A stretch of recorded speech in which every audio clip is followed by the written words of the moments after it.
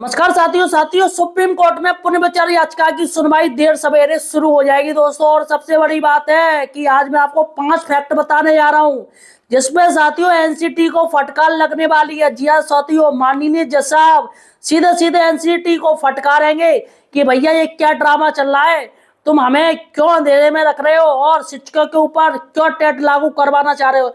साथियों सबसे बड़ी बात है कि एनसीटी के मैं कुछ फॉल्ट आपको बताने जा रहा हूं जिस पर दोस्तों तमाम वकीलों ने तय कर लिया है कि एनसीटी को अब फटकार लगवानी है और जो टेट वाला जो फैसला है उसको रद्द करवाना है। जी हाँ साथियों, एनसीटी अपने ही जाल में फंस चुकी है और मैं आपको 5 सवाल बताने जा रहा हूं जिस पर दोस्तों एनसीटी कुछ भी जवाब नहीं दे पाएगी। और दोस्तों पक्का दोस्तों सुप्रीम कोर्ट के माननीय दत्ता साहब जी, माननीय जज साहब जी एनसीटी को कोर्ट रूम से बाहर का रास्ता दिखा देगी। जी हाँ साथियों साथियों यहाँ पर मैं 5 सवाल आपके सामने रखने आ रहा हूं, देखिएगा।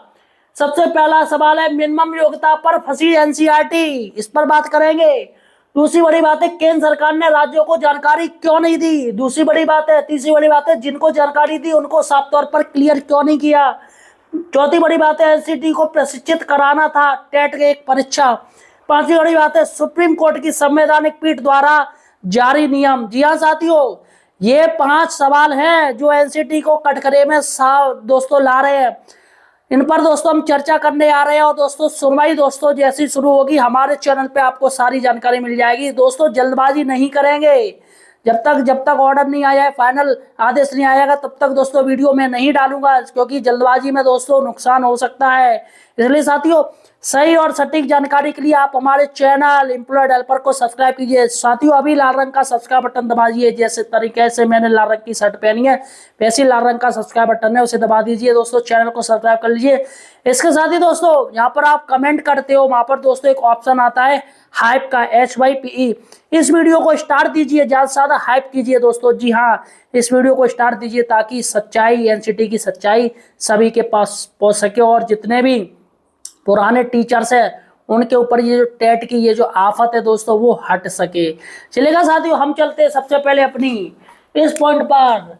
जी हाँ साथियों, एनसीटी ने कहा है कि मिनिमम योग्यता होनी चाहिए और यही केंद्र सरकार ने दोस्तों कहा है कि मिनिमम योग्यता होनी चाहिए। जी हाँ साथियों, लेकिन सबसे बड़ी बात है कि एनसीटी बताएगी कि ये मिनिमम योग्यता क्या है। इस चीज पे अटके पड़े हैं सब कि what is the minimum qualification, आखिर ये क्या है, ये सरकार बताए नहीं बताई, क्योंकि एनसीटी का कह रखा है मिनिमम क्वालिफिकेशन होनी चाहिए। रियलिटी ये है दोस्तों मिनिमम क्वालिफिकेशन की अभी तक कोई व्याख्या नहीं कर पाया है, तो एनसीटी को व्याख्या करना पड़ेगा कि सुप्रीम कोर्ट जवाब पूछेगा ये बताओ मिनिमम क्वालिफिकेशन क्या है, ये योग्यता क्या है, क्या योग्यता है सब मानोगे। टेट एक परीक्षा है, योग्यता नहीं है, क्योंकि टेट पहले नहीं था, 2011 में टेट लाया गया है, जबकि एनसीटी पहले से है, तमाम भर्तियां पहले से भी होनी है, तो उस समय ये टेट क्यों नहीं डाला गया। और मिनिमम क्या टेट की कोई पढ़ाई होती है, क्या टेट की कोई उसका कोई कोर्स होता है कि जो कोर्स होगा तो आपको उसकी डिग्री मिलेगी।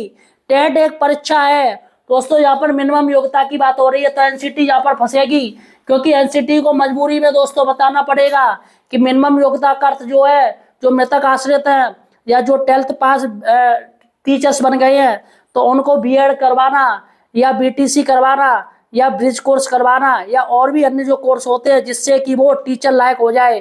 क्योंकि दोस्तों मैंने तो यही देखा है कि भैया अगर आप किसी टीचिंग लाइन में जाओगे तो वहाँ पर एक बात कहते हैं भैया बीएड कर लो, बीएड कर लो तो आप टीचर बन जाओगे। तो टेट तो कभी नहीं बात हुई, क्या कभी टेट की बात हुई? बीएड कर लो साहब, बीटीसी कर लो साहब, एमए एजुकेशन से कर लो तो आप टीचर बन जाओगे, पीएचडी लाइन में चले जाओ, लेक्चरर बन जाओगे, ये सब दोस्तों बातें होती है। लेकिन यहाँ पर टीजीटी पीजीटी जितनी भी परीक्षाएं होती है सभी में बीएड चाहिए, उस समय टेट नहीं चाहिए। तो मिनिमम जो योग्यता है दोस्तों उसमें एनसीईआरटी को जवाब देना पड़ेगा, जहाँ पर एनसीईआरटी फंसेगी। दूसरी बड़ी बात है दोस्तों, केंद्र सरकार ने राज्यों को जानकारी क्यों नहीं दी। सबसे बड़ी बात है कि केंद्र सरकार ने अगर संशोधन किया 2017 में आरडी एक्ट में तो चुपचाप क्यों कर दिया, और चुपचाप किया तो अपने राज्यों को जानकारी क्यों नहीं दी। सबसे बड़ी बात है दोस्तों, किसी को कुछ पता ही नहीं था, ये तो अभी 1 सितंबर 2025 का माननीय जज साहब द्वारा जो आदेश दिया गया तब जाके ये सामने आया है, ये गैजेट सामने आया है, ये जो संशोधन किया है पैराग्राफ 23 में आर्टिकल 23 में जो संशोधन किया है, तब साथियों सभी के समझ में आया कि भाई साहब अब ये आया है, आज तक कोई जानता ही नहीं था। सबसे बड़ी बात है कि केंद्र सरकार ने जानकारी क्यों नहीं दी, आखिर इतना बड़ा संशोधन कर दिया, किसी को कुछ पता ही नहीं, कानो कान खबर ही नहीं हुई।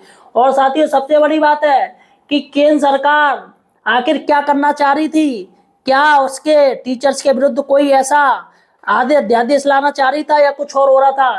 क्या केंद्र सरकार का जो टारगेट थे वो शिक्षा मित्र थे, शिक्षा मित्र को हटवाना चाह रहे थे सिर्फ इलेक्शन फायदा लेने के लिए दोस्तों? जी हाँ साथियों, आपको पता होगा कि शिक्षा मित्र है वो समाजवादी पार्टी का कैडर बोर्ड माना जाता है। क्या शिक्षा मित्रों के लिए ये चुपचाप संशोधन किया गया था कि वे सहायक अध्यापक से वापस शिक्षा मित्र बन जाएं, और वापस बन जाएंगे तो उनकी जो इलेक्शन में ड्यूटी ही नहीं लग पाएगी? यहाँ साथियों, और अगर वो रेगुलर होते तो उनको इलेक्शन कराने का मौका मिलता। तो क्या साथियों यही था इलेक्शन? क्या राजनीति प्रेरित था दोस्तों? ये जो आर्टिकल में संशोधन किया गया है, क्या राजनीतिक प्रेरित था? सबसे बड़ी बात है दोस्तों। और राजनीतिक प्रेरित नहीं होता तो पक्का दोस्तों केंद्र सरकार सभी राज्यों को ये बताती, सभी राज्यों को जानकारी देती, सभी टीचर्स को पता चल जाता उसी समय 2017 में ही दोस्तों, उनके पास टाइम भी होता। लेकिन दोस्तों अब देखिएगा 2017, 17, 18, 19, 20, 21, 22, 23, 24, 25, भाई साहब 8-9 साल हो गए, और काफी गैप होता है भैया। 8-9 साल पहले की बुद्धि आज की बुद्धि में अंतर नहीं है। पहले आपने 9 साल पहले कोई प्रॉपर्टी ली हो, अब देखो भैया कितना ज्यादा होगी उसकी वैल्यूएशन। तो साथियों यहाँ पर कहना कि सरकार की गलती पूरी है, आखिर केंद्र सरकार ने राज्यों को जानकारी क्यों नहीं दी, क्यों नहीं बताया, और इतना बड़ा मैटर हो गया जिसमें साथियों राज्य की यहाँ पर केंद्र सरकार की पूरी गलती है। चलेगा साथियों, तीसरी बड़ी बात है, मान के चलते हैं कि राज्यों को जानकारी दी गई, तो उन राज्यों को जानकारी दी गई जहां पर सरकार बीजेपी की होगी, उनको गुप्त तरीके से बता दिया। लेकिन दोस्तों सबसे बड़ी बात है जहां पर बीजेपी सरकार नहीं है वहां पर उन राज्यों को क्यों नहीं बताया? अगर उन राज्यों को बताया होता तो दोस्तों निश्चित ही वो लोग विरोध करते, विरोध का मौका चाहिए। पश्चिम बंगाल में क्यों नहीं बताया? वहां पर टीएमसी फौरन विरोध कर देती। टीएमसी को भी नहीं पता, जहाँ कांग्रेस शासित राज्य उनको भी नहीं पता, जहाँ पर लेफ्ट की सरकार चल रही है उनको भी नहीं पता, जहाँ पर द्रमुक की सरकार चल रही है उनको भी नहीं पता, जहाँ पर आम आदमी पार्टी की सरकार चल रही है उनको भी नहीं पता। तो साथियों फिर किसको पता है? किसी को नहीं पता। जहाँ पर बीजेपी सरकार है उनको ही पता होगा, लेकिन उन्होंने भी दोस्तों टीचर्स को बताना जरूरी नहीं समझा। तो दोस्तों यहाँ पर ये साफ साफ फॉल्ट हो, यहाँ पर ये जानकारी देनी पड़ेगी। आपने क्लियर क्यों नहीं किया कि भैया यहाँ पर इनको भी राज्यों में बताया भी होगा? तो यहाँ पर सीधे सीधे उन्होंने क्या कहा होगा कि मिनिमम योग्यता तय की जाए। मिनिमम योग्यता हम बोल रहे हैं, मिनिमम योग्यता होनी चाहिए। यहाँ पर भी दोस्तों मिनिमम योग्यता को क्लियर नहीं कहा गया कि वो टेट से रिलेटेड है। चौथी बड़ी बात है दोस्तों, एनसीटी को प्रशिक्षित कराना था, टेट परीक्षा का प्रशिक्षण नहीं होता है। क्या आपको ने कभी देखा है कि टेट परीक्षा के लिए ट्रेनिंग या तैयारी वो एनसीटी करवाती है? बताइए साथियों, क्या एनसीटी टेट परीक्षा की तैयारी करवाती है? नहीं, क्योंकि साथियों सुप्रीम कोर्ट और जो गाइडलाइन है जो सारी एनसीटी बनाती है, एनसीटी का काम है प्रशिक्षित करना। मैंने जो कोर्स लाती है वो एनसीटी लाती है। एनसीटी बताती है राज्यों को ये भैया 6 महीना को कोर्स है, इनको करना पड़ेगा। ये ट्रेनिंग जो आपकी चल रही है आज के समय में, जितनी भी ट्रेनिंग चलती फिरती है वो सारी एनसीटी की गाइडलाइन से हो रही है। कैसे बच्चों को पढ़ाना है, जो पैसा आता है ट्रेनिंग का वो सारा केंद्र सरकार दे रही है दोस्तों। तो जो भी प्रशिक्षण आपका हो रहा है पढ़ाने से लेके सब कुछ वो एनसीटी के गाइडलाइन के अनुसार हो रहा है। एनसीटी कह रही है इनको ये करवाओ, ये करो। राज्य सरकार अपने स्तर से कुछ भी नहीं देखती है। तो दोस्तों यहाँ पर प्रशिक्षित टेट एक परीक्षा है, कोई प्रशिक्षण नहीं है, इसका कोई सर्टिफिकेट नहीं आपको मिलता है कि भैया जो आगे कामों में आ जाएगा। तो सीधी सी बात है दोस्तों, एनसीटी का काम है प्रशिक्षण का, प्रशिक्षित कराने का। देखिएगा यहाँ पे एक लेटर देखिएगा, ये यहाँ पर दोस्तों वृंदा स्वरूप का लेटर अपर सचिव, देखिएगा इनका एक लास्ट वाली लाइन देखिएगा। त्रिपुरा सरकार का यह दायित्व है कि वह एनसीटी विनिमय 2001 में निर्धारित शैक्षणिक योग्यता रखने वाले शिक्षकों की नियुक्ति करे और उनकी नियुक्ति को 2 वर्ष के भीतर इन शिक्षकों को प्रशिक्षित करे। यहाँ पर क्या कह रहे हैं कि इनकी नियुक्ति करो और जो प्रशिक्षित इनको प्रशिक्षण दो।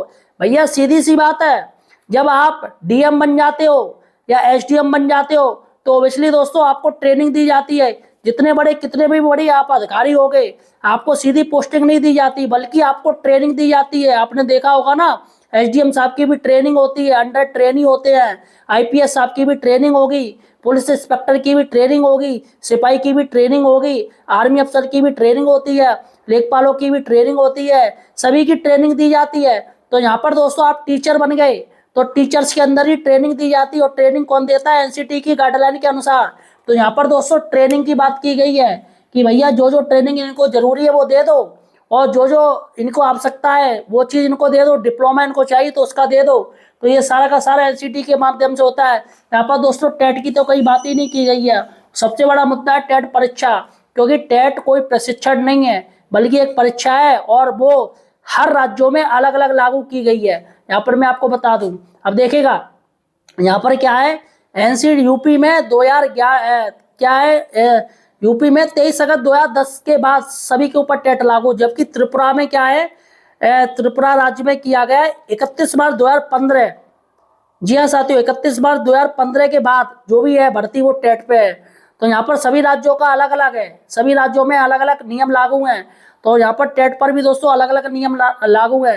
तो ऐसे में एनसीटी का कहना कि ना भैया वो टेट ही है, तो ऐसा बिल्कुल गलत है, यहाँ पर ये एनसीटी फंसेगी। पांचवी बड़ी बात है दोस्तों, सुप्रीम कोर्ट की संवैधानिक पीठ द्वारा जारी किया गया आदेश।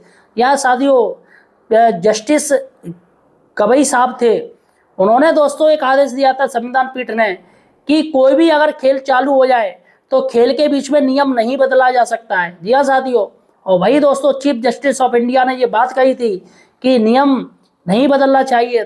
ठीक वैसे ही दोस्तों, अब आप नौकरी में हो, सेवारत हो, अब आपसे कह दिया ना भैया अब आपको जे और परीक्षा पास करनी पड़ेगी वरना आपकी नौकरी चली जाएगी, तो दोस्तों ये सरासर ये आर्टिकल का उल्लंघन है दोस्तों।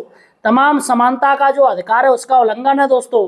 तो तमाम दोस्तों जो आपके मौलिक अधिकार हैं उसका दोस्तों उल्लंघन हो जाएगा अगर ये टेट वाला नियम लागू हो रहा है दोस्तों।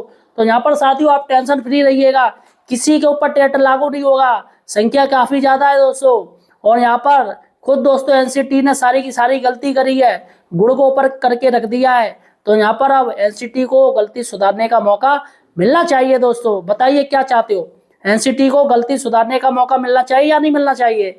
साथियों बिल्कुल मिलना चाहिए। एनसीटी अपनी गलती सुधारेगी कहाँ? रिव्यू पिटीशन में जाके अपनी गलती कहेगी कि सर ये हम पे फॉल्ट हो गई है, ये गलतियां हो गई हैं, जिस पर साथियों माननीय जज साहब, माननीय दत्ता साहब इस पर दोस्तों गौर करेंगे और उम्मीद है शिक्षकों को राहत दे देंगे। फिलहाल साथियों आपका क्या कहना है मुझे कमेंट सेक्शन में बताइएगा।